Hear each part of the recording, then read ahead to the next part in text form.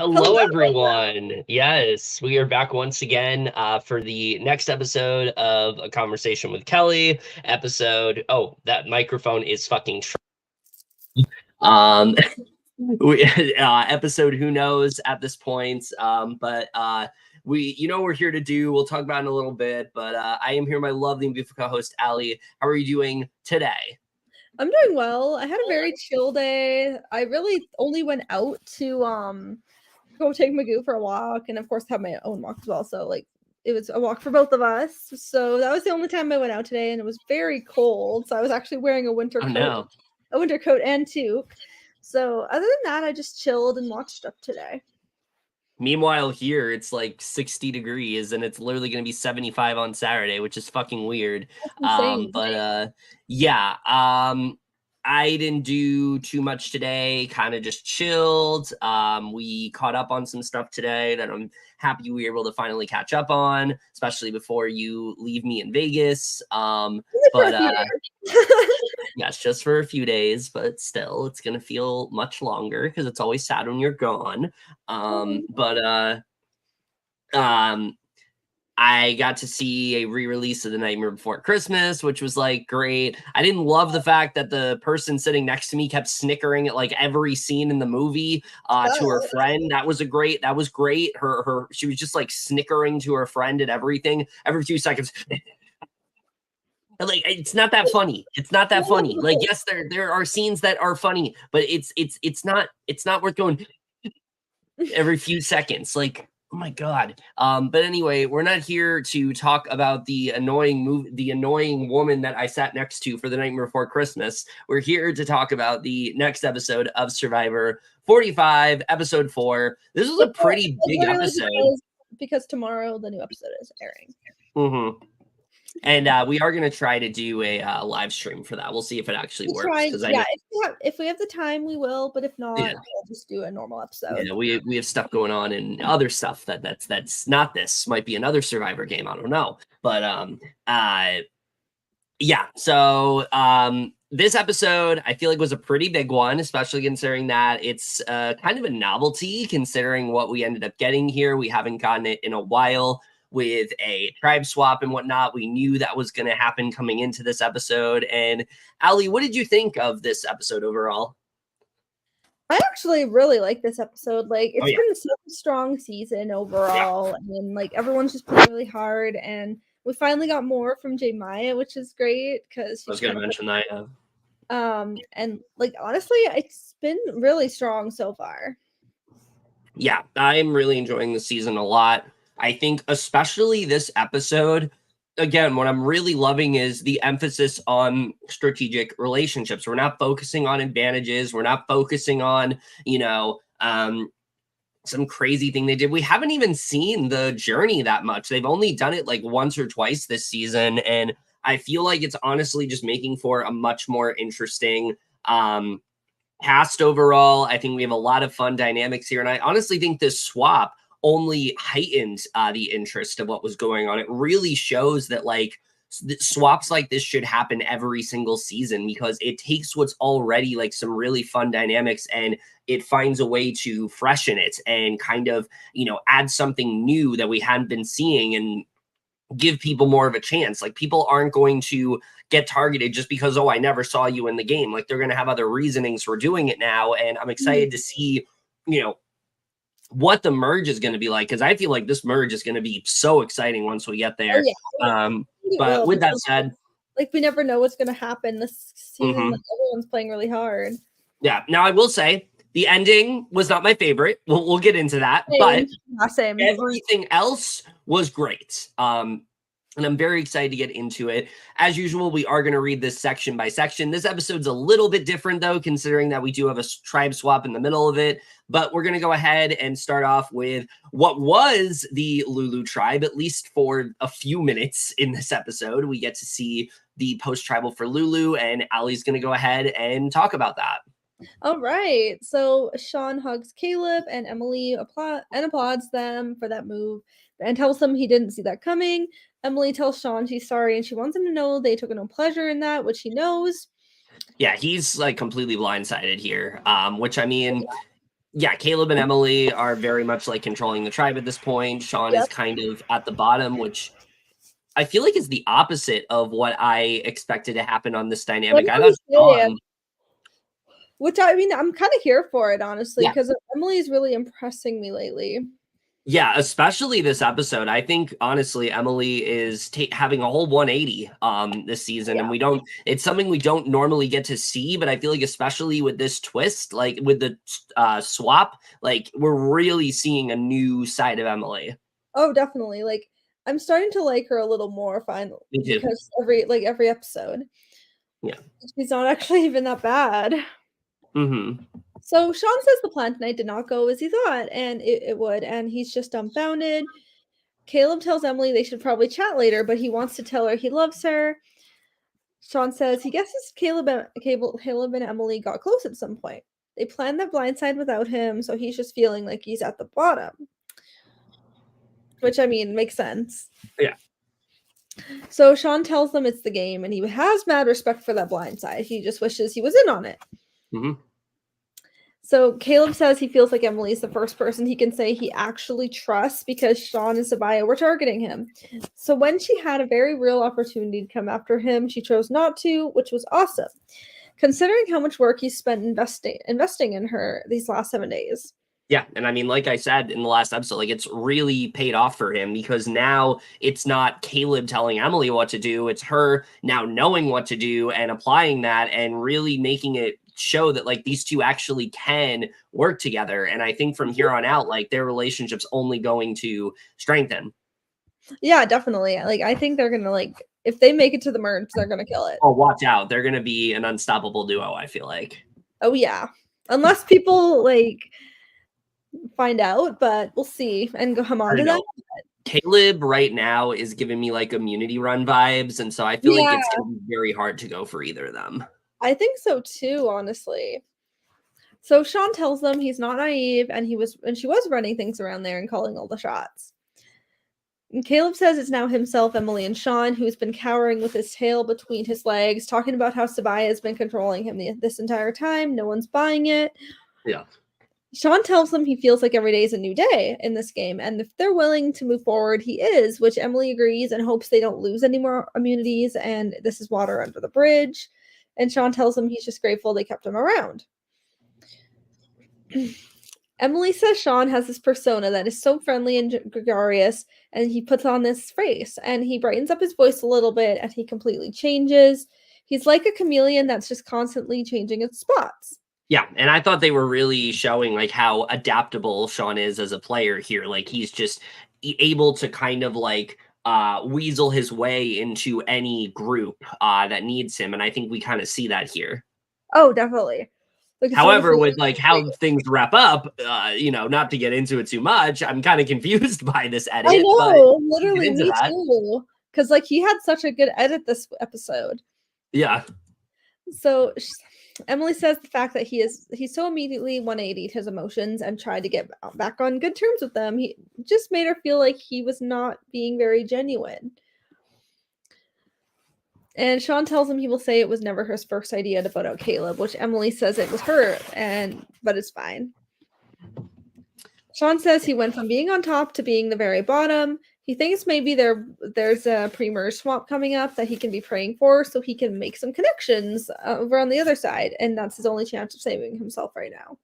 And well, Sean, your assumptions were correct because we do get to the tribe swap here, where we see something very interesting, I thought. When Reva and Bello, we see they notice that Sabiyah was the next person voted out. Everybody's like surprised and shocked. And I don't think we've seen like this level of just astonishment at a elimination, a pre-merge elimination in like a very long time. I kind of feel like if her and like Katurah were came together, they would have like killed it. Oh yeah, I think so too. And Jeff, going to Katurah, Jeff notices Katurah has this huge reaction. She tells him it's because they obviously didn't know what's happening in their tribe, but it came as a shock to her. And she says that Sabiyah was very strong and the voice of reason for their tribe. This tells me Sabiyah is like definitely coming back at some point. Like they wouldn't make a big deal out of this if Sabiyah wasn't coming back. I feel like she's a shoo-in. Oh hell yeah. So Like, I feel like we're she's definitely going to see her again at some point. well, I feel like she's gonna come back soon. Like, it'll be awesome. She's gonna kill it. So Dee tells him that tribal council must have been wild to watch, but it makes her think that there were some sort of idol plays in there and maybe either a blindside or maybe not. But she definitely didn't expect that. Oh, only if you knew. Jesus Christ. It was one to watch. Oh, yeah. Jeff then asks Drew if the game is starting to take shape, which he says Sabiyah was one of their strongest players. So over there, the game has really begun, and that should be a signal for everyone that the game has also begun on their tribes. So Jeff then tells Emily that he knows she takes some perverse enjoyment of the fact they have no idea what's going on and that they're speculating, but they're not in the fire with her. Sean and Kaleb, which she says she does take some kind of enjoyment in this, that everybody's kind of wondering what the dynamics are like. But truth be told, nobody wants to be in the situation where their tribe is literally cut in half and it's not fun. And yeah, I agree with her on this. You know, I was in a situation once in an org where there was literally only 3 people left on my tribe. And it was the 3 of us versus like a tribe that never went to tribal. And because of that, you know, we were just looked at as expendable because they had never gone to tribal. They were so like kumbaya and things like that. And yeah, that's the one that's always going to be the downside of a tribe swap, is whoever has gone to tribe the most is at a deficit. But I mean, good players are able to overcome said deficit. And I feel like that's why it's both a blessing and a curse. And for Lulu, especially, I mean, they definitely need a swap of some sort, because this is bad. Oh, it's terrible. They definitely needed it. So Jeff asks Brando where they are in the game, which he says that they're at a point where everybody's thinking and everybody's spinning. Like there could be some sort of mix-up in the tribe. Jeff tells him that oddly, he actually does have a tray full of buffs. They are officially switching tribes for the first time in the new era. What did you think of this? Are you happy that they finally did this? Oh, yeah, definitely. Because especially after Lulu almost being like pagonged, like if they kept going back, yeah, like they definitely needed that swap for sure. I wonder if they did this based on how like last season played out, because I mean, I love last season. It was not a fluid cast. Like everybody stuck with their tribe. I think the only real sort of connection we had aside from their own tribe was like Carolyn and Franny. That was literally it. Like everybody else was like super like we're sticking with the OG tribe, especially the Tika 3. I feel like based on how that went, I think they were kind of like maybe we should swap tribes, because people just are going to work with naturally who they've been working with. And I feel like that's probably why they did this. And tribal lines can just be very boring, so it's good to switch it up. Yeah, definitely. So we get to the new tribes here. We kind of talked about this last week, but we have new Reba, which is Sifu, Dee, Julie, Sean, and J Maya, which is really not much of a swap. It's really just Reba and Sean. We have new Lulu, which is Katurah, Kaleb, Kelly, Jake, and Bruce. Again, not much of a swap, literally just Bello and Kaleb. But new Bello is actually the really exciting one. It actually is a full-on swap where we have Kendra and Brando from Bello. We have Austin and Drew from Reba, and then Emily from Lulu. So that one's like really mixed up. And what do you think of these new tribes? I mean, it's definitely interesting. Like, honestly, like, yeah, new Bello is probably the most exciting for sure. Cause like, there's basically like 2 people from each, so that like 2 duos kind of, and then very fluid. And then Emily obviously can just choose what she wants, because like what she wants to go to if they go to tribal. But I mean, I'm definitely here to see what happens with all of them, because the dynamics are very interesting so far. For sure. So Sean tells them his mind is blown that all 3 of the remaining Lulus somehow ended up on different tribes, and the 4 Rebas know each other very well. So he's just excited to come in and get to know them and see this new world of Red. And Jeff then tells Kaleb that on one hand, he's going back home, but on the other, it's with a brand new family. Kaleb tells him part of him is just really excited. It's like a golden retriever got to the dog park and get to hang out with all the new dogs and make friends. He did get really good energy from all of them from the very beginning, but a part of him has to go back to Lulu, and the Lulu Lounge is basically like a hub for tribal council at this point. So he's really hoping this group can turn that around. Jeff then asks Austin what's the key to surviving the transitional point in the game. He says that to ask people what they're saying to work as a team, try building team unity, and then just make it through to each challenge as best as they can. to stay as intact as possible to move forward to the next step. And then Kelly says, when Jeff says, drop your buffs, it's like the ultimate unknown and uncertainty. It's a complete crapshoot. It's all luck, but she thinks a tribe swap is where you separate a good from a great survivor player. And I would agree with her on this, because I think for Lulu especially, like, this is their chance to prove that they're actually good players. Like, it's not so much that like they suck. It's the fact that just that combination just didn't really work, but on their own, they're actually really good. And I think we actually do get to see that here, like what kind of players Kaleb, Emily, and Sean really are. We already get to see that in this episode. So definitely. With that said, with the swap complete, let's talk about these new tribes. Go ahead. Right. So getting into New Lulu, everyone is getting settled at their new camp, and Kaleb just says, "What are the odds?" They all hug it out. But then they notice Bruce is getting very emotional, and Kaleb asks him if this is the Tika Beach, and he tells them he's sorry to temper the excitement, and they comfort him. This was a really emotional moment. You can tell that this was really tough for Bruce, knowing that like he has to be on this beach again. It was literally the beach that got him,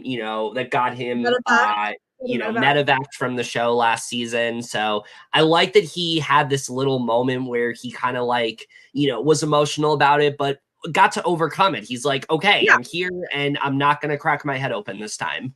Yeah, it was just very emotional and like heartfelt for him. So yeah, for sure. So Bruce says when he arrived on Lulu Beach, he didn't expect to have as many feelings as he had about this island. Not only is this the beach where last year he was there for a very short period of time, but he could see the spot where he was sitting when he was taken away.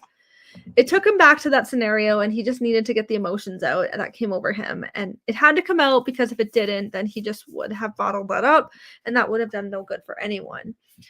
So, but it's time to build new memories, backstab each other, and play this beautiful game called Survivor.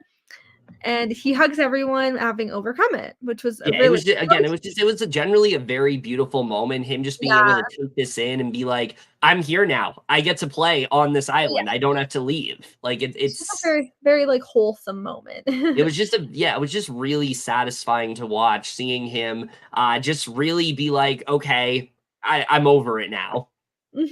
Exactly. Like it was just, he's just honestly seems like a very genuine person. Yeah, I've really enjoyed watching Bruce so far. Me too. So Kaleb says from looking at the tribe, for him it looks really bad because it's 4 Bello and 1 Lulu. But this is where he's been this entire game, back on the bottom, has to work his way up, and nothing he hasn't done before. So he tells everyone he's going to get them some utensils, which Katurah tells him he's such a hospitable host. As the lone Lulu member, Kaleb says his job right now is to be the most trustworthy and likable person to be able to bring into an alliance as possible. And again, I said this last week, but like this episode really shows that like Kaleb is just top tier in terms of like a social player. I generally think like he is so good in terms of the social aspect of this game. The way he's able to just get people on his side so easily, like Kaleb's making it far. Like he has definitely. He's I feel like he's definitely getting to the end. Yeah, I mean, if you were to ask me right now who's winning this game, it might be Kaleb, honestly. I also get really good vibes from like Drew so far. Yeah. Like he's doing very well as well. Yeah, I mean, especially this episode, like they're both in a really good spot. Oh yeah. So Bruce asks Kaleb if Brandon ended up having anything when he came back from the boat trip. To which Kaleb tells him he said he didn't have a boat. So Bruce says so he did try to do the puzzle and that he was on the trip.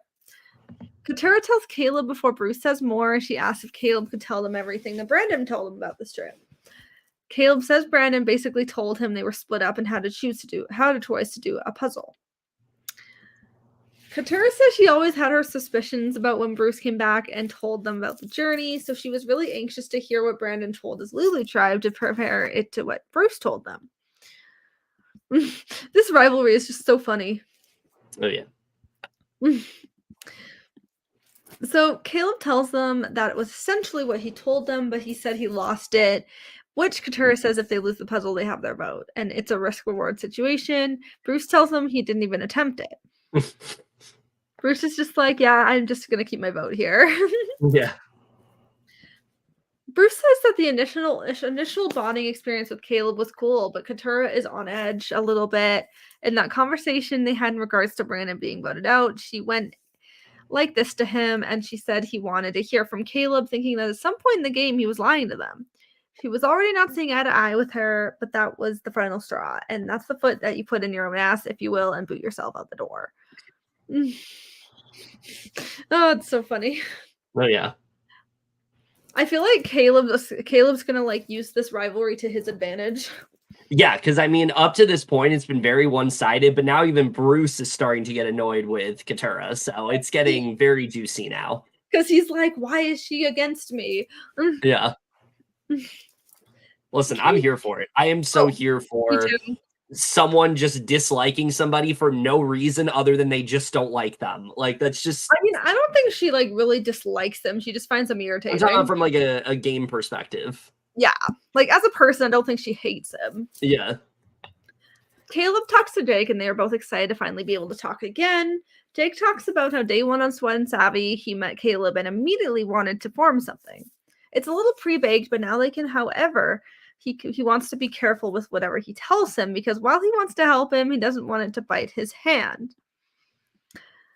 Kaleb asks how he's feeling with this group, and Jake says he feels good with Bruce and doesn't think he'll come with him, so that may be someone he is good with. And Jake says he doesn't want to say a name and wants to get more comfortable with him, but also wants to survive. He also doesn't want him to think Bruce isn't someone he is allowed to target. But if he came back and said if he wants him, Kellie, and Katurah. I did not think Jake handled this conversation very well. He's like, I'm not saying that, like, you can't target Bruce, but also, like, if you want to work with, like, me, Kellie, and Katurah, it's like, I feel like Jake was, like, really, like, kind of exposing his cards here, and I was surprised that Kaleb, like, didn't pick up on that. Also, what?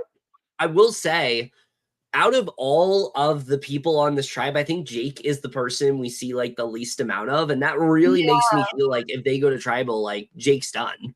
I feel like on this tribe, it's like Kellie and Kaleb are probably in the best spots. Yeah, I would say so. So many K names. Yeah, honestly. It's like usually got a lot of J names, but it's a lot of K names. Yeah, there's like Kellie, Katurah, Kendra, Kaleb. Is there going to be a K alliance? Oh, that'd be so funny. They should call it Special K because of Kaleb being Canadian. No other reason. That'd be funny. Yeah. So Kaleb doesn't think he overly trusts him right now, but he thinks he is open to a relationship of some sort and wanted him to know anyone's on the table. He says to him that if he has conversations with anyone, he doesn't know how to tell them to please look out for him, and he says he will and wants him at the merge. Honestly, I could see Jake being another merge boot as well. Maybe. Something just tells me like he's gonna go pre-merge. Yeah, I could see that too. It's like really hard to say with him. Yeah. So he says to him that if he has conversations with anyone, oh, whoops, sorry, I read that already. Jake says he feels bad. Jake says he feels bad for Kaleb coming over here. It's a tribe of 5, and he's outnumbered 4-1. And now he's saying he needs his help. This is an opportunity for him to secure some more connections and create more opportunities for himself. He's not coming in there saying Bello's strong. This is new era Survivor, and he's got to be ready to jump ship. And thank God he's a good singer. I mean, maybe he's a good singer. I don't know. Right? Who knows? Yeah. I didn't know Cameron could sing in Big Brother 25, and he's actually really good. So who knows? Yeah, he's fun. Yeah, he wasn't too bad from that video. Yeah. So Kellie says, looking at the 3 new tribes, she's extremely grateful that she was playing the middle, and because if she got swapped with all the girls, she thinks that she'd be okay. And same if she swapped with all the guys. She feels she has to keep her eye on Bruce, but at this point, she has to work with what she has, and what she has right now is Jake and Bruce. Yeah, I mean, Kelly's in such a good position right now. She's done such a good job, I think, of not limiting herself to either the girls or just Bruce and Jake. I think that she's doing what Ellie should have done in 43, which is that, Ellie turned on her girls' alliance, but didn't really have any other, like, solid connections. And because of, her doing that, she made it so she was not in a great position after that. She took the power away from herself, or as Kelly's realized, wait, I can still have this alliance with the girls, but I have other options as well. Like if Jake and Bruce want to work with me, I'm not going to say no to them. Brando and I are really close. Like Kelly is doing so well in this game. She's basically playing the way I think we were hoping she would. And I feel like she's going to be this like, she's going to be someone that no one is going to realize like is where she is. And I think she's in like such a golden position right now. And if she keeps doing what she's doing, I think she's making it very far. Oh yeah, I can definitely see her making it to the end, or at least like 4th or 5th for sure. Because like if she keeps playing like this and no one like suspects her, then yeah, I can see her doing really well. Yeah, I think out of the three girls, I think she probably is doing the best. I think so too, because Kendra is definitely the one that's a wild card for me. And then Katurah has such tunnel vision right now with Bruce, like. So we'll see. It's hard to say where she's going, but I feel like she's at least making merge. Oh, I think she's making merge, but I think that her whole thing is going to be just she's too focused on Bruce, like she can't see the game around her. But we'll see. Literally, she needs to like think of other stuff there. Get off him a bit, yeah. Yeah. She talks to Bruce, who says he's going to grab Kaleb and bring him over to the dark side, and she says she's down for that as long as he keeps her above him, and he says she is his number one. Why do I feel like Kelly would turn on the girls for the guys? I don't know. So I think she might. I could definitely see her doing that, but I could also see vice versa, where it's like I think she breaks up like Jake and Bruce. Like especially because like Brando was her number one. Yeah. So it's like because they're the middle. I think what it would take to do that is like Katurah really pushes hard for like Bruce to go, Kendra's down for it, Kelly's not down for it, and something else happens. I can definitely see that for sure. Yeah. So she doesn't know if she fully believes it, but it is good to hear. They talk to Kaleb and he's excited to hang with both of them. And Bruce says it's going to be scary for them, thinking he may be who goes if they lose. And Kaleb says it's scary being on the bottom, which is what the numbers are for. But his hope is that there may be something going on that he doesn't know or see yet. Yeah. Which, I mean, there's something very much going on. Oh, yeah. And we'll get into that. Katurah says on Survivor she needs to think of every single angle, and when she sees Kaleb talking closely with Kelly and Bruce, it says a lot about where they're at in terms of connections. So her plan was to get Kaleb alone and give him some information on Bruce so that he sees Bruce as a bigger threat than he is. I thought she handled this so well. It's like because here's the thing, like Kaleb has not been on this tribe, so he doesn't know the dynamic. So anything she says to him, he has no reason but to just believe. And this works very effectively. I played a game once where someone did this to me and I bought it hook, line, and sinker. Turned out it was a bunch of bullshit, but I bought into it. And I think that Katurah did this very well here to where this does seem, plausible with what she's saying. Oh, definitely. Honestly, like, so good. Yeah. So she talks to him and he brings up how Kumbaya as a group they all seem. And she says it's a lie because while they do genuinely like each other, out the next round would be Bruce. Mm-hmm. Katurah says Bruce is annoying, and though she did make an alliance with him on day one, the second he opened his mouth, he got under her skin. And how he keeps going on and on about his short time on 44 and his random faces and gestures, and that he talks to them as kids and his time as a Navy SEAL. She can see right through it and wants him to go, and she has to be realistic that she was on a tribe with people who didn't see it at all. Her confessionals about Bruce are just the best. Oh, that's so funny. I think maybe the funniest moment in this entire episode for me is when Bruce, something happens later on involving Bruce and like fire, and her reaction just fucking took me out. It was so good. Oh my god, yes, it's so funny. So she says to him that for his safety, unless he sees any bigger threat, that might be the best way for him to go. She also says she's looking for somebody that she can get to the merge with and that can make a move. And she honestly thinks if they don't make a move against Bruce, he will make a move against them. I mean, that's true. Yeah. He says this conversation with her was fast and very insightful. He was at the water well, but no longer thirsty. He was finally quenched with someone finally telling him what's going on around there. And knowing that Katurah and Bruce are at odds tells him already where some of the divisions may lie, and he thinks he's finally seeing how this forest is shaping. And now he needs to build the trail he's going to walk down.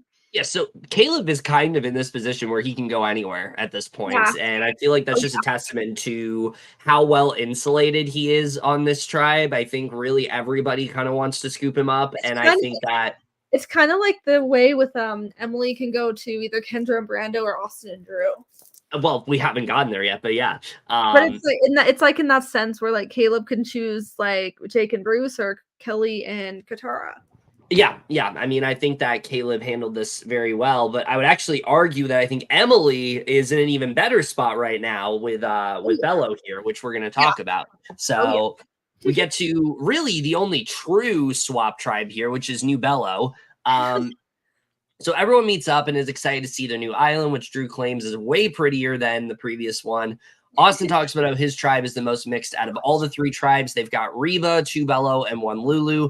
Emily was someone who they were really curious about meeting. And we get like a really great moment from Emily here where, she knows that she came in very abrasive. She knows that she came in with this just really assertive attitude, and it was very hard for people to not see that. This is basically her opportunity for a clean slate pretty much because she feels like she's been alone in the game since the beginning. So this feeling of being on the outs is not entirely new to her, but her strategy coming into this tribe is to play a bit more low key, generally getting to know people, show them the true her, this kind, generous, honest, open person, and let them get to know her before they get to know her strategy. And I was really impressed by the way she handled herself in this episode. I think if anybody has benefited from this swap, it's Emily. I think she's the person who's benefited the most. I think she needed this. I feel like, because honestly, I feel like if she gets to the merge, she's gonna like kill it. But I don't know if I see her getting to the end per se, but I feel like she's at least after this episode. I can. I mean, maybe, but I can definitely see her at least getting like 6th or 7th.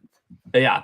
So Austin is then able to successfully build a fire, which is a new sight to Emily, and she says she can cross that off her bucket list, and she feels like the fire has breathed new life into her game. It's a little sigh of relief thing. This could be her turning a new chapter in the game of Emily. She goes ahead and tells them that she was on the outs in her tribe, and Lulu camp was basically all Sabiyah's. She also lets them in on how last night's tribal played out with Sabiyah's idol, and I feel like this was good. This is her like getting this off of her chest. She doesn't have to deal with it anymore. She can kind of just move on. It's like she gets to talk to somebody about it and now can just kind of move forward. It's like when you like it's like when something really bad happens to you and like you repress it for a long time and you don't want to tell anyone, and then just telling somebody like has this like weight lifted off your shoulders. And I feel like that's why Emily did what she did here. It's like, this is my way of kind of just putting this aside and not letting it bother me anymore, because now it's a whole new game pretty much. Definitely. So she says that there's a lot of strategy behind how she presents herself to this tribe. Kaleb taught her a lot of lessons, and the main one she's taking away is to take some time to get to know people before she starts taking actions, and she gets to start fresh with entirely new people who aren't familiar with her previous game for the most part. They aren't familiar with how she acted on Lulu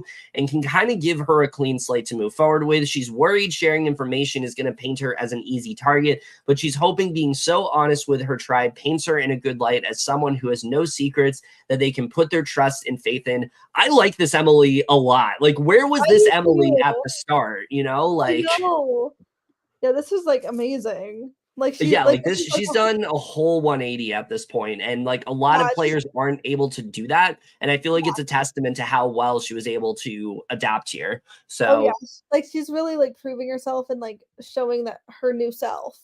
Yeah.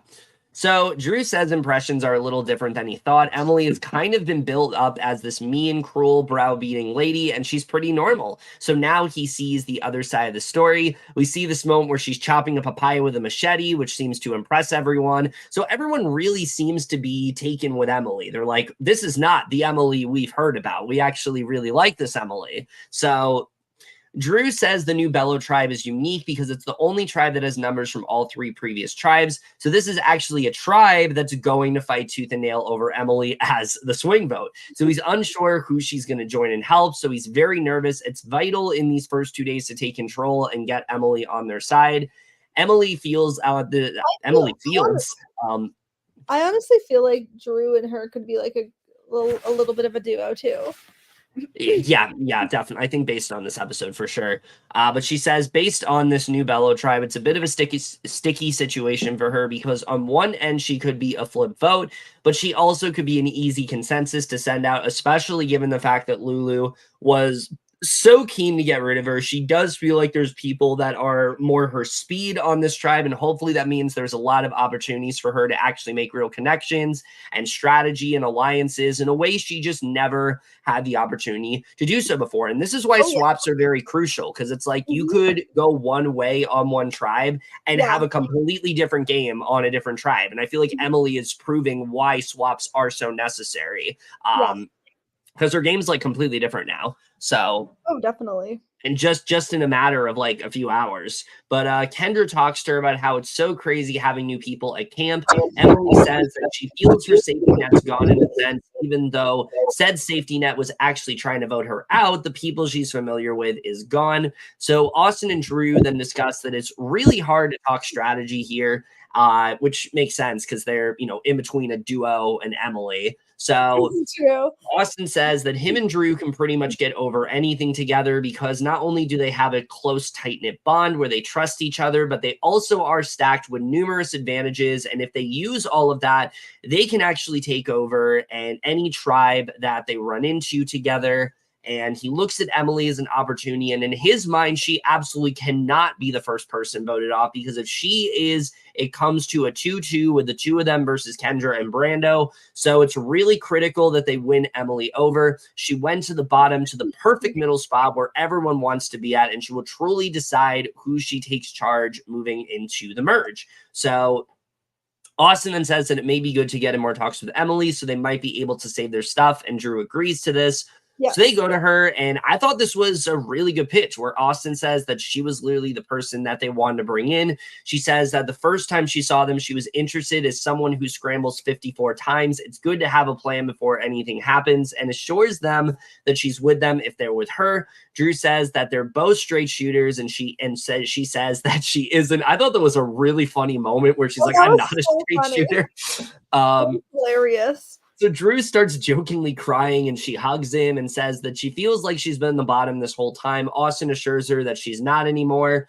And Emily says that Austin and Drew approached her about an alliance, which could be 3 strong and they could get to the end together, which is music to a girl's ears. She feels like a commodity all of a sudden, and she feels like people want to work with her, actually making alliances and voting together. They're not just telling her what to do. They're actually trying to include her as part of the conversation. So she feels this sense of autonomy in the game of Survivor that she's really never felt before. So she tells them that the first time she met them, the vibes were good. She wanted to work with them. And Drew talks about how Emily's a very rational person. She picks stocks for a living. She analyzes, and the rational decision is to work with him and Austin. So they're hoping to win the power struggle against Bello, take charge of the core 4 of the two of them, Dee and Julie, with probably the addition of Emily, which they like a lot. And yeah, I mean, I feel like at this point, if Emily actually works with Drew and Austin, Drew is unstoppable at this point. Oh, yeah. Because if you remember, I think Drew and Kaleb are for sure getting to the end. Well, here's the thing. Drew made a deal with Kaleb last round. So it's like, yeah, Drew is unstoppable if Emily actually takes this deal and like votes with him and Austin. I mean, this is so good because you have, as long as Dee and Julie are there, and then you have Emily and Kaleb, like, I feel like they're going to run the merge. And I feel like that's probably like what's going to happen at this point because Kaleb is in such a good spot. I don't think he's going to go on his tribe anytime soon. I still feel like Dee and Julie are probably going to like turn on them for sure though. It's possible, but I mean, if you throw Emily and Kaleb in there, who Kaleb is just like someone that everyone is just naturally like won over by, I feel like it could actually work out really well for them. So yeah, I think this was a very good call from Drew and Austin. I don't know if this tribe is ever going to go to tribal, to be honest with you, just because like Austin's kind of a beast. Kendra's really good at challenges. Emily seems to be really good at challenges too. So I don't know if they're going to go to tribal, but if they do, I think this is easily the most interesting dynamic to watch. So definitely look out for the new Velo tribe because I'm really liking what we're getting so far. Oh, definitely. It's like, ugh, so good. Yeah. And like I said, just what a story for Emily. Like, if she gets anywhere close to the end, I don't see how they don't give her the win at that point. Because, like, Honestly, because like the just arc like, she had, her arc is unmatched. insane. Yeah. So over on New Reba, everyone's excited to meet each other. Sean tells them he is very happy to be with this group and he has stories. And I think they spend the most time on this tribe, which makes sense considering what happens later. But Yeah, yeah. definitely. Sean says he is now in a tribe with 4 original Reba members and is the only outsider coming in, and it makes him worried that they may stay Reba strong if they lose, which would make him the next one. But Survivor is so much more complicated than that. He hopes to create connections and feel out the 4 of them to see if it could be a potential cracks he could wiggle his way into. Yeah, and I mean, this is such a weird dynamic because I feel like Sean is the person we saw the least of on Lulu already. So it's Yeah, like you're putting him in a situation where we have a tribe that has not gone to tribal, that has been the least shown on the show. It's like it was a very interesting dynamic for sure, and I think we really got a better sense of like where Reba stands in this yeah, episode. definitely. So he talks to them about how when there was a swap today, he was thinking to himself that this is the best thing that could happen to him at this point, and he has manifested it. Maya is psyched to have Sean and Reba, thinking he brings an amazing positive energy, and he has real potential to prove he will be a really loyal ally and be a great contender for someone to add to their merge numbers. And again, this is why I champion the 90-minute episodes, because I feel like if we didn't get these episodes, like I think Jay is still purpled in this episode. I don't think we get Yeah, much of anything from her. And I think the fact that we have those longer episodes, we get to see a lot from her this time around. And again, I think we can say no one's really been purpled, which is so refreshing. ugh, Like, so how good. often can you say that? I'm so glad they got more for this episode because she Yeah, was actually shown a lot. she was. Also, check out her music. It's really good. I listened to one of her songs today. It's very good. I haven't listened to it yet, but I will. It's called what's the one I found? I really liked it. It's This one's called Slow Burn. it's called Slow Burn. Yes, it's very good. I subscribe to her. Yeah. So Yeah, Julie, check out her music. She's legit. Like I knew she was a singer, but I didn't know she had like music out that you could actually like download. She's really good. Definitely check her out if you haven't. oh yeah. So Julie D and Sifu talk alone about how they want to stay Reba strong, 1,000%. Though they do feel Sean has great energy to him and think he may possibly have an idol, which Sifu suggests looking through his bag if he does. Julie and D also decide to this and decide to start looking through it. I was so worried this was gonna be like a Janine situation where like they start like in 43, where like they start looking and are like caught immediately, but it didn't seem to amount to much. No, it really didn't. Like, it wasn't really much at all. Yeah. So Dee says she likes Sean and she thinks the more they get together, the more they will click. But right now, there is potential that he could have an advantage or idol. Yeah. They go to open his bag and notice the strings are tied very tightly and are wondering if he's doing it purposefully to hide something. They go over to one of their red bags to decipher how he tied it and then try to retie it the same way. I thought that was so funny that they're like, how do you retie this like on this bag? Oh, it was so funny. They open the bag and don't find much of anything. That's pure stealth right there. Oh, it really is. So Dee says if Sean does know they went through his bag, he's at the bottom and should expect it, so it's the least of her worries. She's like, he finds out, who cares? He's like, whatever. Sean tells Maya she's someone he feels really good with, and from the barge he knew he wanted to be with her. Sean says he just got a really good connection with Maya. She was someone that he was like, if they ever got together, he'd love to work with her. Yeah, and I mean, I was very much here for this duo. I was like, okay, this is how Jay like really starts to like show her potential in this game. Like we saw her as like someone that could be a front runner, and then I was like, I don't know, we haven't seen much of her, and I was like, okay, this is how she like emerges as like a true like someone to watch out for. Yeah, like even though with what happens, like I thought Maya and Sean would be like this unstoppable duo. Yeah, I expect this to be like an Emily and Kaleb where it's like very unexpected, but like work Yeah. really well together. I So know. I would have been so here for it. yeah. So Maya tells Sean that Sifu has been maintaining from the beginning, and he does not have an idol, which is his story. But he's been hunting like crazy for one since day one, and if they lose, they want to blindside him. She tells him if they don't want to go into a murder situation with someone they can't trust. Yeah, I mean that's really smart because it's like if Yeah. you have anyone on your tribe that you have any sort of red flags about, you get them out when you can. Because if you let that person get to merge, it's gonna be too late. Oh, definitely. Like, just got to be very careful there. Yeah, I know I've made that mistake too many times. So Sean says this information is music to his ears. He's totally down to capitalize on this potential crack and wants to talk to Dee and Julie about it as well, because the information he has, which is very limited, is just from Jay. But there is hope from him on the Reba tribe. Yes. Jay then lets Dee and Julie in on what she discussed with Sean about Sifu. Julie mentions they need strength, which Dee agrees. Jay asks if she wants to vote off Sean first, and Julie says she does. And Jay says that Sean's great, but and Sifu is such a threat, he will take out one of them. And she knows for a fact because he sees a woman's alliance and knows he's at the bottom of the tribe and will play the idol and then put one of their names down to get the women's alliance down to 2. Julie says whatever it is, the 3 of them will have to agree because they have majority. We love the Yeah, women working together here.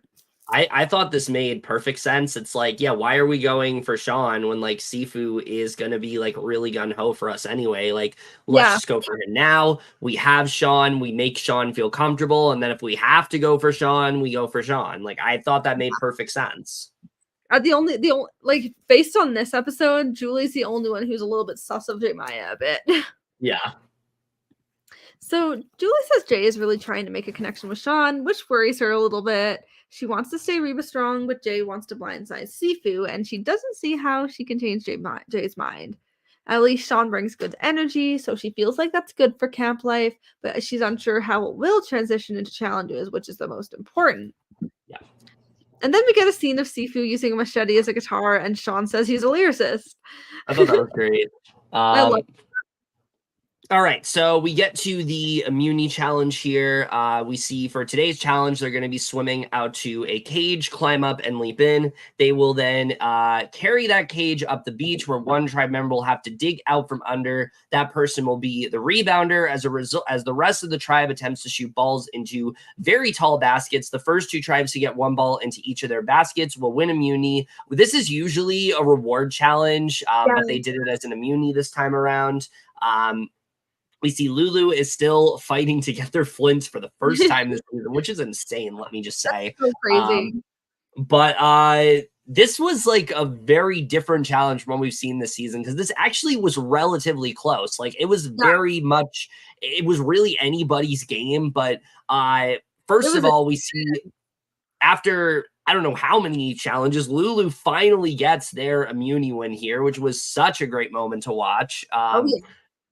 And then it's like neck and neck between Bello and Reba. Like, it was honestly a very close race between them, but Bello does end up winning, meaning for the first time this season, Reba is going to be going to Tribal.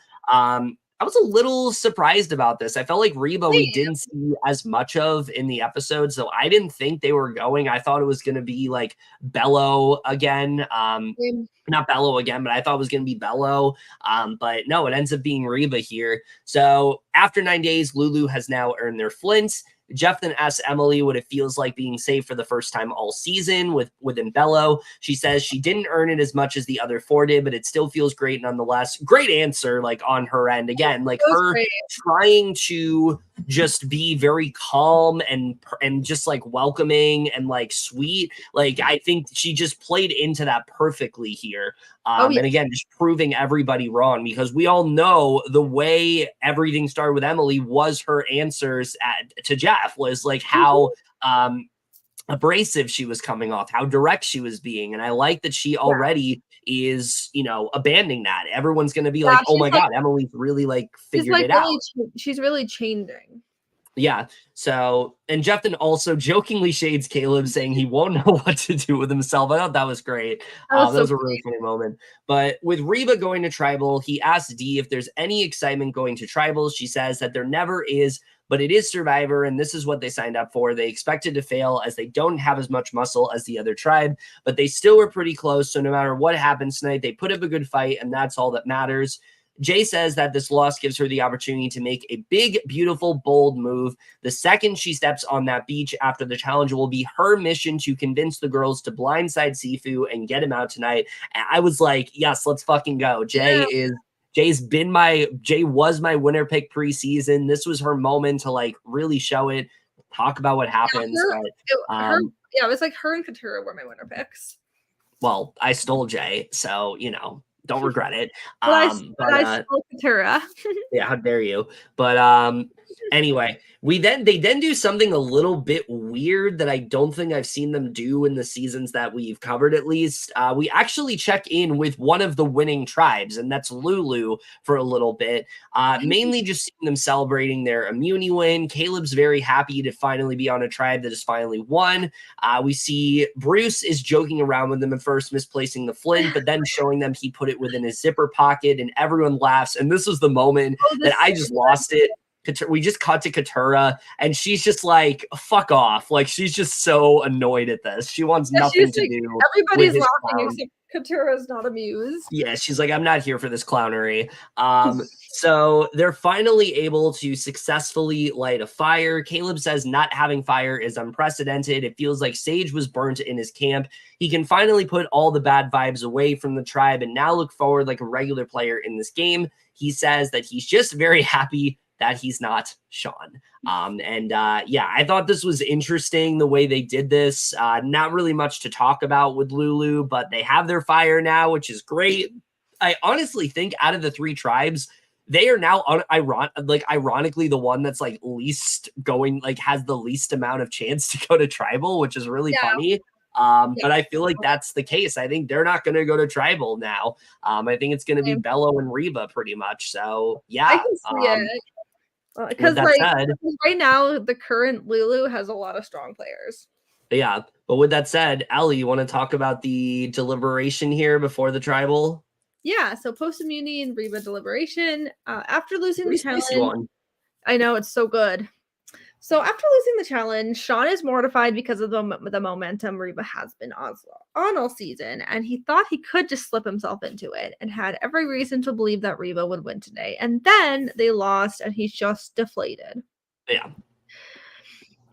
So they are all in the water, and he jokingly tells Sean he may be the bad luck charm, and he says he's the only person to go to tribal every single time, and he doesn't know why this is happening. Yeah, I mean, that's not something that usually happens. Like, someone doesn't always go to tribal every time, but that's literally happened to Sean. I know, it's crazy. And that's like something you should wear with a badge of honor. Like, I've been there every time, and I know everything that's going on. Like, it's actually a good thing to go to tribal every time because you're always, like, in the loop of, like, where people stand and things like that. But, it's certainly not the most relaxing time to play Survivor, but it's not the worst. Oh yeah, definitely. And also I think that going to tribal like every time for him is also I'm pretty sure it was Denise on Philippines. She went to every single tribal. Oh yeah. And then won the season. Oh, Denise Stapley, yeah. Yeah. Oh yeah. So Sean says these Reba members have been together since day one, so they've been able to really bond and make connections and get to know one another. And now here he is, and it's daunting to step into a world that's very just not his own, which I definitely felt for him there. Yeah. The Reba McIntyre tribe. No. Yeah, they'll get a visit from her when they win immunity. I'm a survivor. We're trying to, not get kicked off of YouTube, but So Sean talks to Sifu. Oh, sorry. The opportunity, though.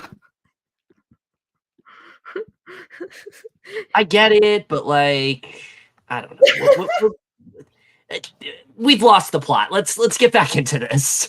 So Sean talks to Sifu and asks how he's thinking about things out here, and Sifu says he thinks Reba's pretty strong, and Sean says the 3 girls seem close, and he agrees, and it's dangerous, and Sean says if he's with him, he's loyal, and he'll be a number to whoever wants to bring him along, so he'll be loyal.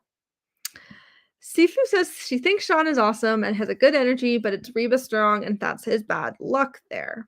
Yeah, I mean, Sifu is so indebted to Reba here. He's going to do whatever. He's not even going to try to consider the possibility of working with Sean. And I feel like that's to his detriment. Like, I think he should be open to working with Sean here, considering that, like, he doesn't seem to get the sense that they'd ever want to blindside him when, little does he know, they're literally talking about it.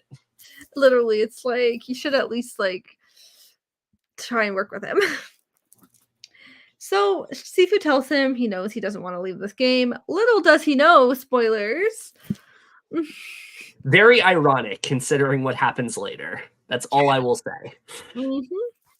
So Sifu says it's horrible because of what Sean's already been through, being badgered and beaten every single day. But he does have to think if Sean stays in the game, it means everybody's going to be pointing at himself, and he really doesn't have an idol. He would have to fight his way out at that point, and it wouldn't look so great.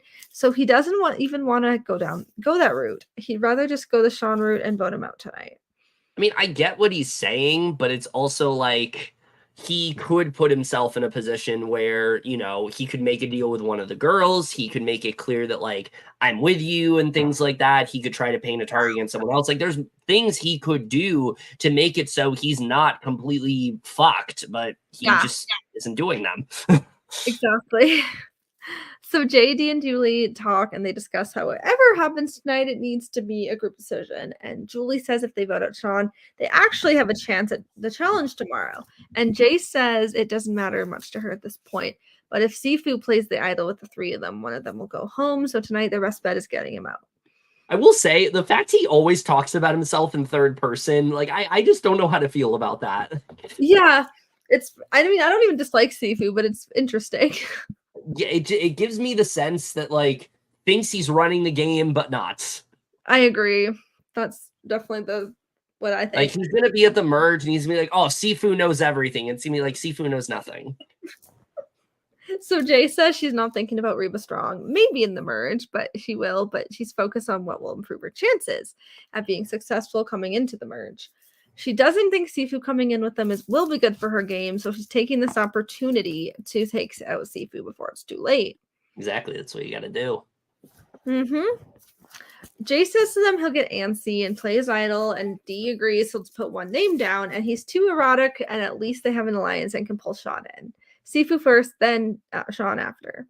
Yeah. I mean, I like that the women are sticking together. I love that. Oh, yeah.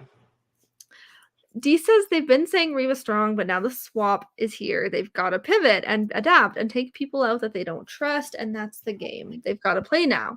Yeah, so Dee seems convinced. Julie, not so much. I know, like, it's more Dee and J Maya who are like, let's not stay Reba strong. Yeah. So Julie says the challenge day was so physical. If they didn't have Sifu, they'd still be in the water. And they would literally be in a cage in the water just waving, with the girls, especially Jay, just want to go ahead and get Sifu out now. And she hates that attitude because the best way to not go home is to not go to tribal, and the best way to do that is to win the challenge. But she feels like her hands are tied because as of now, the best way she doesn't go home is to keep the numbers. I mean, she's not wrong, but it's also like, if they want to take a shot at Sifu, just let them take the shot at Sifu. Like, there's no reason to be messy here. I know. So Julie and Dee talk to Sean and assure him he will not be the vote tonight and will live to see another day. They will blindside Sifu tonight because he will never expect it. And they will tell him he's out because it's the only thing that makes sense, as they keep on saying Reba strong and they don't want him to play anything. I don't know why they're so convinced he has an idol. Like, that's so funny to me. I mean, he does search a lot, so I mean, it makes sense. I think it's literally just because they caught him searching that one time. They just assume he has something. Yep. So they're like, he's sketchy. So Sean says he hopes they're being genuine about wanting to get Sifu out, but they may not be, and maybe they're just trying to get him to feel comfortable so he doesn't play his shot in the dark. But right now, he doesn't have many options other than to trust that what he's being told. Yeah. Jay joins them, and Julie talks about how at Tribal they will be talking Reva strong, and he just has to trust their word. Yeah, I mean, I thought this made a lot of sense. Like, just tell Sifu that it's going to be Sean when Sean knows the actual plan. Exactly. So Sean says trust is a tricky thing in Survivor because he was literally just blindsided at the last Tribal Council. So he wants to come in, give them the benefit of the doubt, and maybe that's absolutely inane of him to be doing, and given what he's been through, but he doesn't feel he has many other options. Because he doesn't. True. So Sifu is singing to Julie about how kumbaya they've been, and Julie says they will be voting out Sean because he's an outsider and hasn't gotten to them at all. Yep. Sifu isn't really buying that Sean hasn't got to them, and they're playing him, and then he's gone. It's going to take a lot of trust, but he believes they will remain Reva strong, and if not, he's a fool. Yeah, I mean, Sifu could have easily done the same thing Sean did. He just chose not to. Yeah, for sure. Sean says he did not expect the Sean Survivor story, and it's going to be Tribal Council every single time. And so for him, this particular Tribal Council is about, will Sean be in the game of Survivor any longer? No.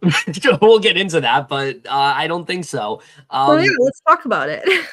Yeah, let's get to this Tribal, because this was a very, I think, this has been a very unpredictable season, and this time around, not for the better, I would say, what happens here. So it starts off good enough. Jeff starts out by having them grab the torch, dipping it in, get fire except for Sean, and he asks Jay about the switch and how 4 of them, nothing changed. She says the odds that 4 Reva stay on the same side is mind-blowing to think about.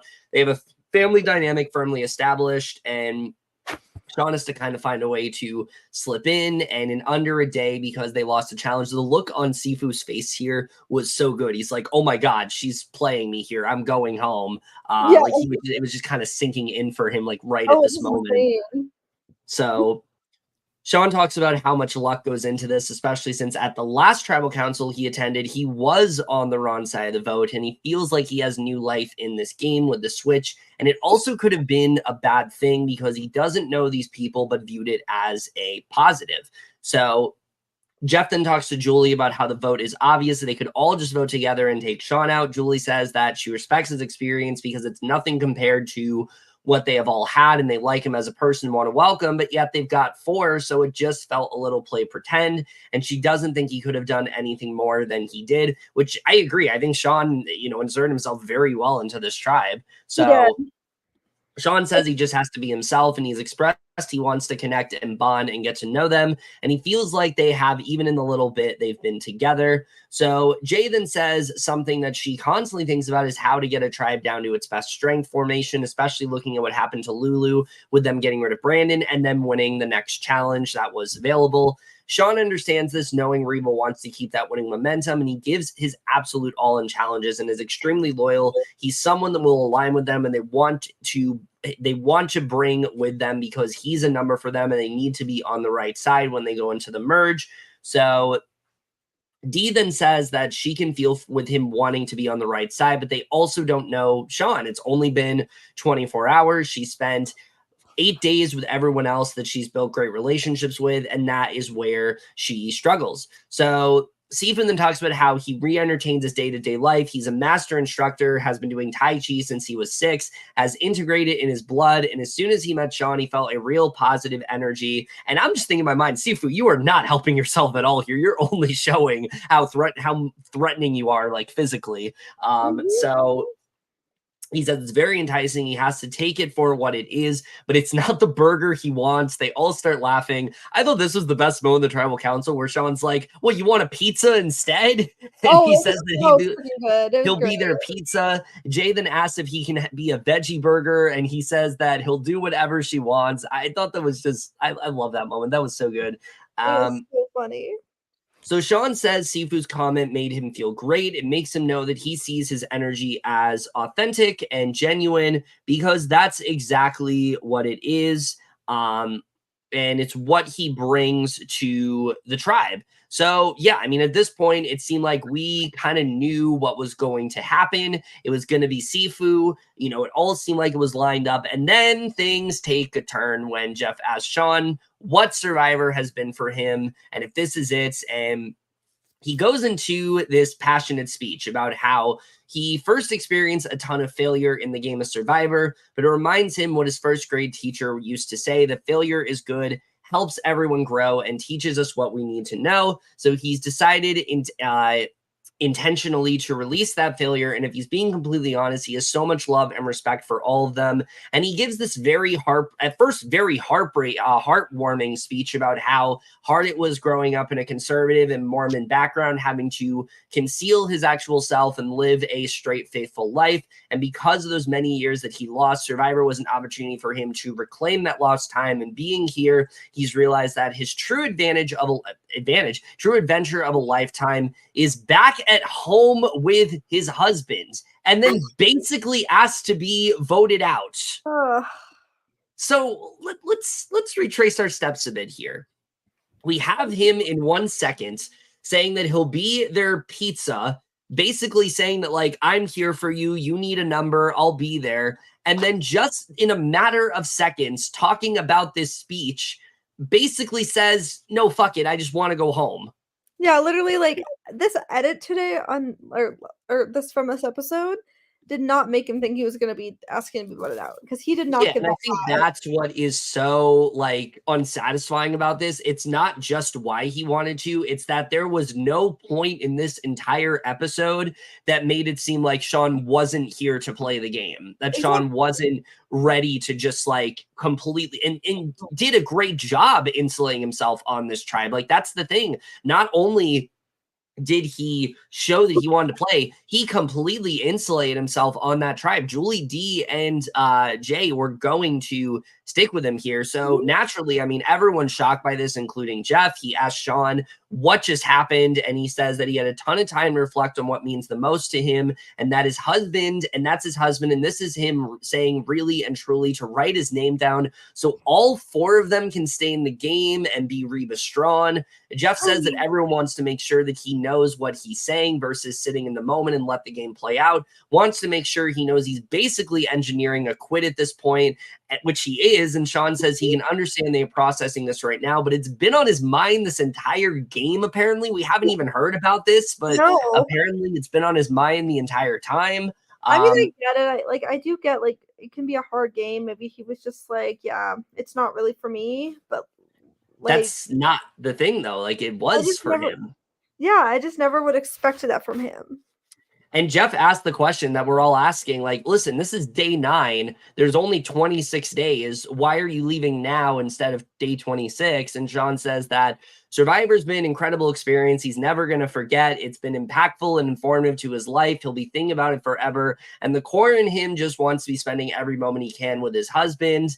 And yeah, I mean, I was very disappointed by this. Me too. I was confused. I was disappointed because, like, what the hell?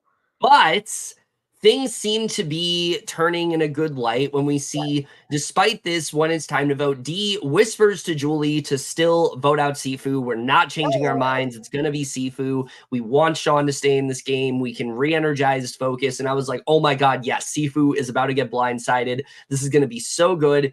Julie goes to vote and she contemplates it. But she ends up writing Sean's name down on the parchments. And though Dee did try to stick to the initial plan to pull something off, it's not successful, as Sean is the next person voted out by a vote of 3-1 to 1. Where Sifu asked Sean if he voted him. He says no. Sifu says that that's crazy, now knowing what the actual plan was supposed to be. So yeah, Dee's pretty much caught here at this point. I know, I thought J-Maya would also, like, fight to get rid of Sifu too, but I think at that point she was just like, yeah, let's just go for Sean because he asked to go. Yeah, I think at that point she's like, you know, we're gonna let him leave. And this is kind of what I think is gonna happen now, because obviously Sifu knows that, like, one of them wrote his name down. So I think they honestly should just blame D D for this. Like say, hey, Yeah. D came to us about this. We weren't here for it. We wanted you to stay. Like, I think that Jay and Julie can easily get out of this. I think D is the one that's in some hot water now. I can see it. Like I like D a lot, and like I was like I'm really rooting for her, but like yeah, she'll definitely be in hot water. Well, I find it so interesting that like Jay was the one that proposed this, but D is the one that sticks to it. The Yeah. person that wasn't even like the most down for it. It would have been funny if Julie was the only one who did it, but that wasn't the case. I believe Sifu voted D, so Yeah. we'll see what happens there. But yeah, this will be interesting to see how this all plays out. Is Sifu gonna realize that D was the one who voted for him? Are they gonna throw D under the bus, or are they still gonna vote out Sifu here? I'm not sure.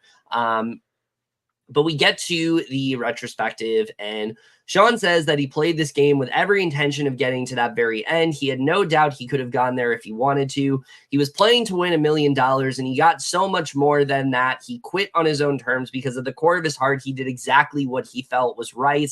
And I'm just really confused by this. Like, this wasn't a situation where he knew he wanted to quit.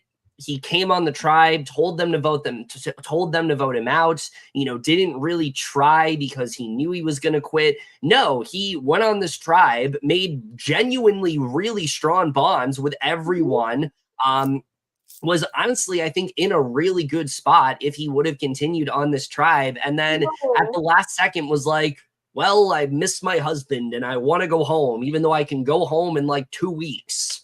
I remember both of us, especially you, were like had really high hopes for him preseason. Yeah, and I think ultimately he did play a really good game. I think that he had tons of potential as a player. This is just really disappointing to see. Like even Hannah's, I understand. Hannah, it wasn't for her. Like it wasn't for her. She wanted to leave. Fine. Sean stayed, and Sean said he wanted to quit from the beginning.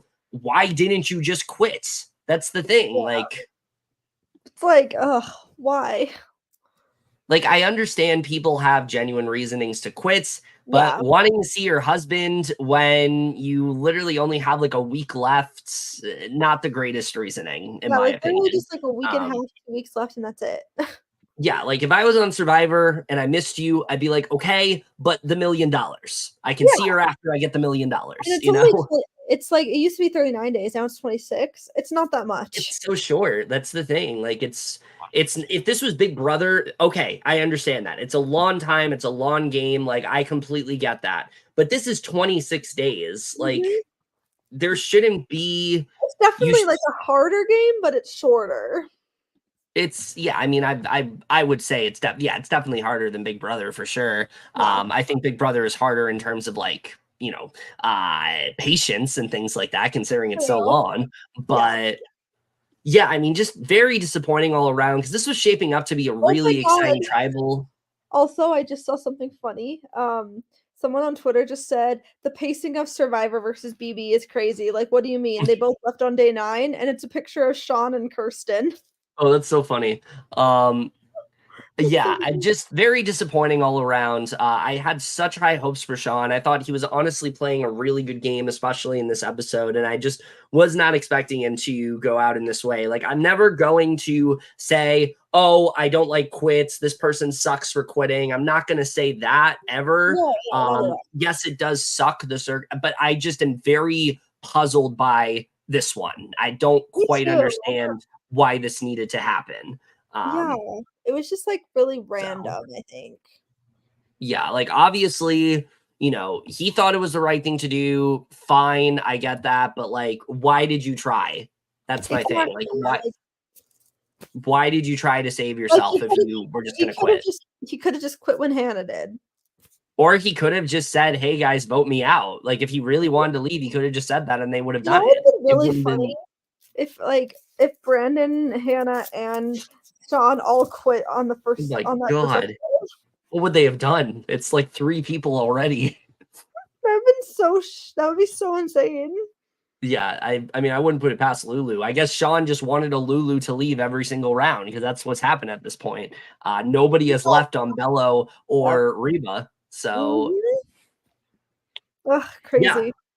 Yeah, I mean, like I said, I think right now the most interesting tribe to watch is New Bello, but I Yes. think this is going to be interesting to see with now D and Sifu probably having this rivalry of sorts and Oh seeing my what's gosh, going to he's happen with that. so good. Like, I feel like Sean voted himself, I assume. Yeah, So it was Sean, J. Maya, Julie voted Sean. yeah. I assume D voted Sifu, and then Sifu voted D. Let me check real quick if Thanks. that's true because I don't want No, to say something that's not true. no, he said Yeah, Sifu voted D. yeah, and then D voted Sifu. Oh no, actually Sean voted for D. But Oh, yeah, okay. yeah, Oh, which okay, so it was J. Maya, Julie, and Sifu voted Sean. yeah, and Sean then voted D voted Sifu. Steve.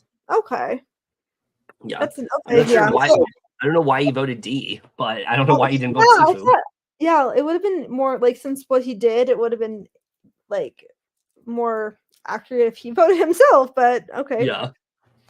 I don't know. Because I mean, for all he knew, there could have been like a D blindside happening, you know? So, Mhm. you That know. would have been spicy for sure. Anyway, I don't want to harp too much more on this quit. It was just a very, very sour way to end this episode. But all around, I thought this was a great episode. I thought Oh they yeah, did a really good job showcasing all of these tribes and what's really going to happen moving forward. I'm really liking this season a lot. yeah. I'm hoping we don't lose Jake because we see No, in the trailer for next week's episode that like something happens and he's like, I don't want to have to leave. So I hope uh, he's not going to get like medevac or I hope something. not. Like Um, I'm actually liking him. Like he's not my yeah, favorite, but I don't hate him or anything. yeah, definitely. He's not as annoying as I actually, there's nobody on this cast I dislike, Honestly, yeah, which is, same. Like which is good.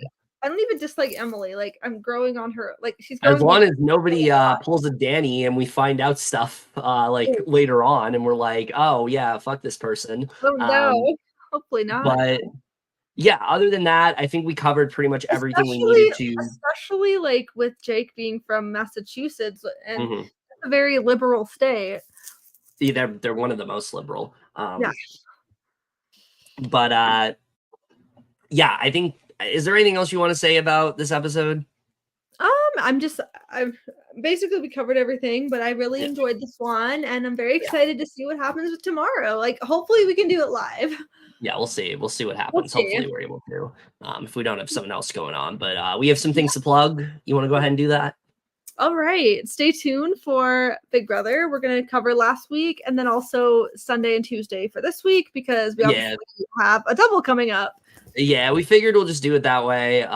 Sunday's episode happened, Tuesday's episode happened. There's really no reason to cover last week, especially when we didn't really even have that much to say about last week. Yeah. So Also, we figured that, and also I feel like both weeks, basically the same week. We had the same person in power both weeks. pretty It's the much, same yeah. week. So like, what's Also, as of right now, I work all day on Thursday, but hopefully I get like an earlier shift or something. Maybe if something changes, then we can then in that sense we could probably do it live. But if not, we'll just have to do it when I get home. Yeah, we'll see what happens. But also look forward to, we just started this show. We're very excited to talk about it. The first 3 episodes of House of Villains. Because technically there's not an elimination until the 3rd episode, so it makes Yeah. sense to just do the first 3, but the rest will be weekly. This cast is cracked. Oh, I yeah. haven't seen most of them Peak until reality this, but TV. this is like, yeah, this is everything that I think we're hoping it would be. If they're able to keep up the momentum of this first episode, it's gonna be one of the best things we've covered, I think. So I'm really loving it a lot. Peak camp as well. If you like campy Yeah, TV, that like too. this is that kind of show. Oh, yeah. And then also, And then we were going to do the Traders Canada live or like weekly, but since we're 4 episodes behind, we barely did much of the first episode. We might just make it a season review at this point, yeah, like with all of our other shows. Like it makes sense to do all those when like Survivor, Big Brother, and Heroes or Heroes versus Villains, House of Villains. you always call it that. I know. When those are like done, it makes more sense to Yeah. just do those in like the off season when we have more things to talk about. So Well, at this rate, what off season? Because there's always stuff coming out. true. So, but yeah, right now we're just doing the 3 shows weekly: Survivor, Big Brother, and and House of Villains. But yeah. I did want to mention we have some shows coming out next month as well that we're definitely going to cover. Squid Game The Challenge is coming out next month. I think we're going to do that one as a season review, but I actually don't know because I know they're releasing them weekly. So I don't know. We'll have to see. But there's also like 400 players, and we're not talking about all 400 players. I assume the show's not going to, so I don't know how they're going to do that. Because we do want to we actually need to finish the first season of Squid Game. We'll probably just restart at this point because it's been a while, and then do a season review of that, and then obviously this one as well. Yeah, I mean, well, it's not connected or anything. Like that one's a reality show, one's not. But That's true. I mean, we don't have to watch. I think it probably is good to do that just so we can be like, oh, we know what this is referencing. We know like what they're trying to do here. Like, I think it'd still be good to watch the original show first. Also, because I want to finish it. It's been years. I don't know why we didn't finish it. Yeah, especially because it was like really good. There's also gonna be this weird like James Bond themed reality series. Basically, it's like 9 teams are like globetrotting to like participate in like a series of like mental and physical challenges. Brian Cox is hosting it. It sounds really wacky and I kind of want to watch it. So we will definitely be covering that one. I don't know how it's going to be. It could be shit for all I know. But we'll see how that goes. Surviving Paradise recently came out. I don't know if we're going to watch it. I have not heard good things. If that one's just if they just put the whole season, we'll probably just make that a season. We'll just make that a season review as well, but I'll add that to the list. Yeah, I don't know if we're going to watch it. I haven't heard good things, but we'll see. Yeah, other than that, I think that's everything we're covering. Like I said, a lot of reality TV coming out. There's, still actor strike going on. Pay your fucking actors. We say it every episode, but it's very important to do that. Give them the negotiation they deserve, not the one that you want, studios. Like, you might not get what you want, but it's important for the actors to get what they want, what they need. So not what they want, what they need. So definitely get on that. But yeah, other than that, that's it for this video. Hope you guys enjoyed it. As always, comment down below. Let us know what you guys thought of this week's episode of Survivor. Love to hear your thoughts on all of that. What do you think about the quit? What do you think about this swap and everything? I'm very excited to see how. And of course, hit us up if you want to be a guest. Yes, for sure. We don't have guests often these days, but we try to get people when we can. Because like people are so busy and everything, and we just obviously we are too. So it's like we just kind of do the show when we can, and obviously other people can only join when they can as well. Yeah. But other than that, that's it for this video. Hope you guys enjoyed it. And remember, couples who podcast together, stay together. We will see you guys later. Love you guys.